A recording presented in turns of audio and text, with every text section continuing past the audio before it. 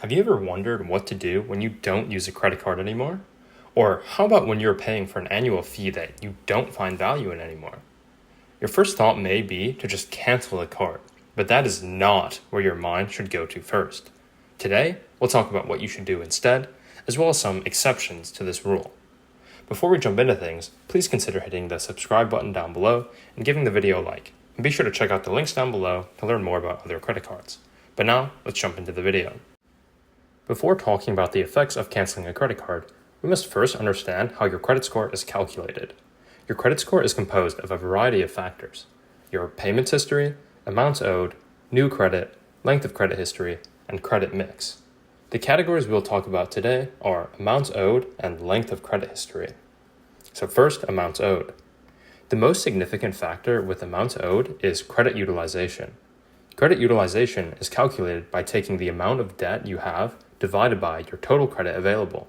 So if you have a credit limit of $10,000 evenly split among two cards, and you have a credit bill of $5,000, then your credit utilization is $5,000 divided by $10,000 equals 0.5 or 50% utilization.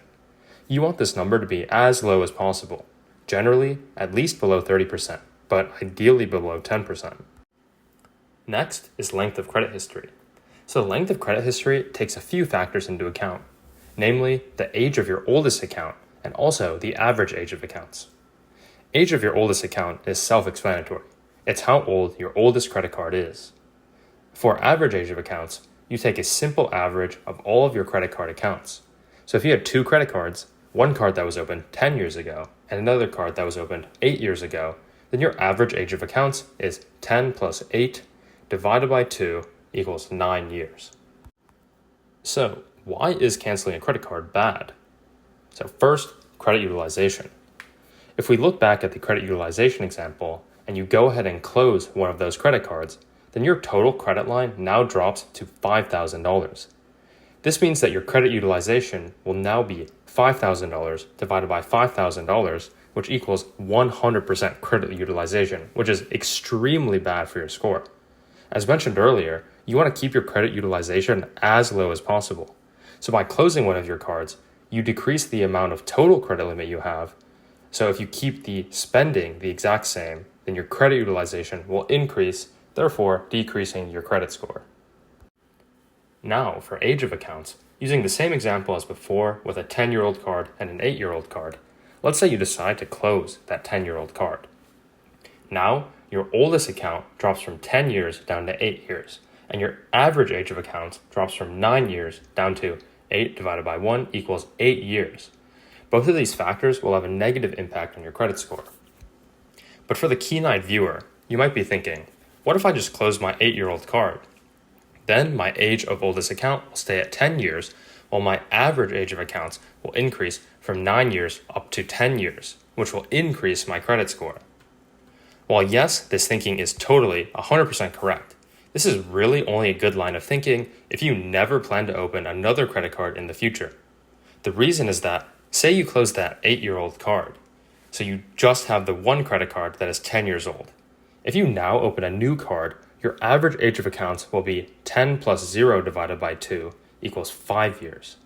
If instead you had kept that 8-year-old card open, your average age of accounts would be 10 plus 8 plus 0, all divided by 3, which is 6 years, which is a higher average age of accounts. You can definitely play with the numbers and find out situations to strategically increase your average age of accounts. But most of the people who are watching my channel are probably interested in opening many credit cards in the future. So in general, closing credit cards will hurt your age of accounts. Now we know that closing credit cards is bad for your credit score in general and that you shouldn't do it. Great. So what do you do instead?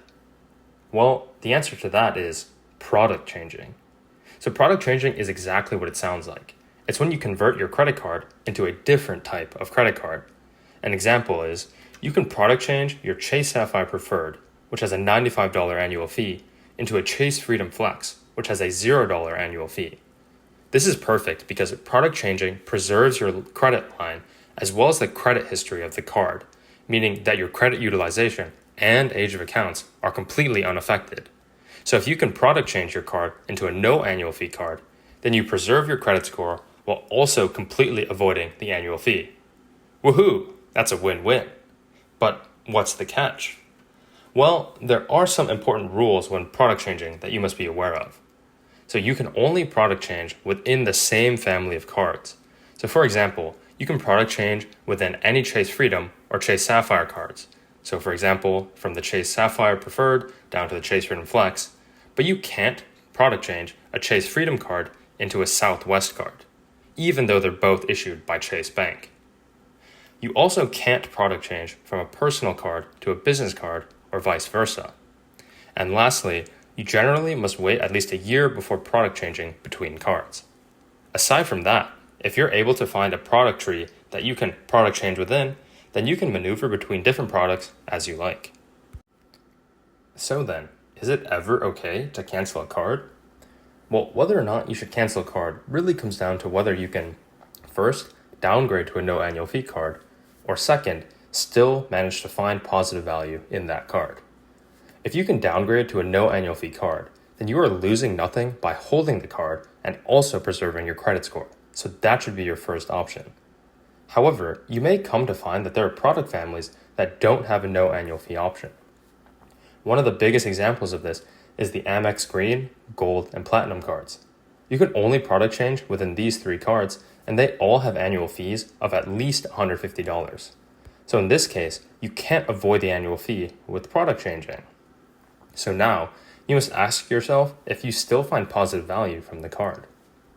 If you do, then you should still keep the card open. Now, there are exceptions to this, such as if you find the card too difficult to manage despite getting positive value, then you still might decide to cancel a card, assuming downgrading is not an option. And there is one additional niche case where canceling could be necessary. Chase is known to have a soft rule about the total amount of credit line that they will extend to an individual. There are some data points suggesting that this limit is around 50% of your gross annual income, but there is no hard set rule. If you find that you have been denied for a Chase card because you have too much credit limit, your first action should be to try to shift around your credit limit with Chase and decrease credit limits where possible to open up space in your credit limit for this new card.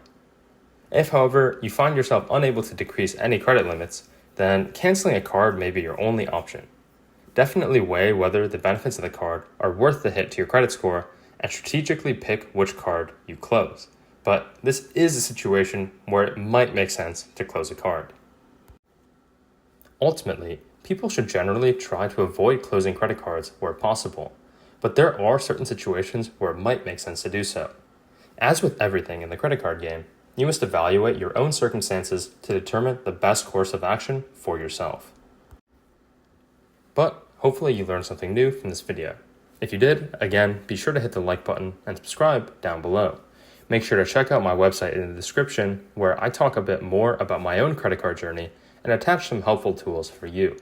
Be sure to comment down below some cards you've canceled or are considering canceling, and I'll be sure to respond with my thoughts. But thanks again for watching, and see you guys next time.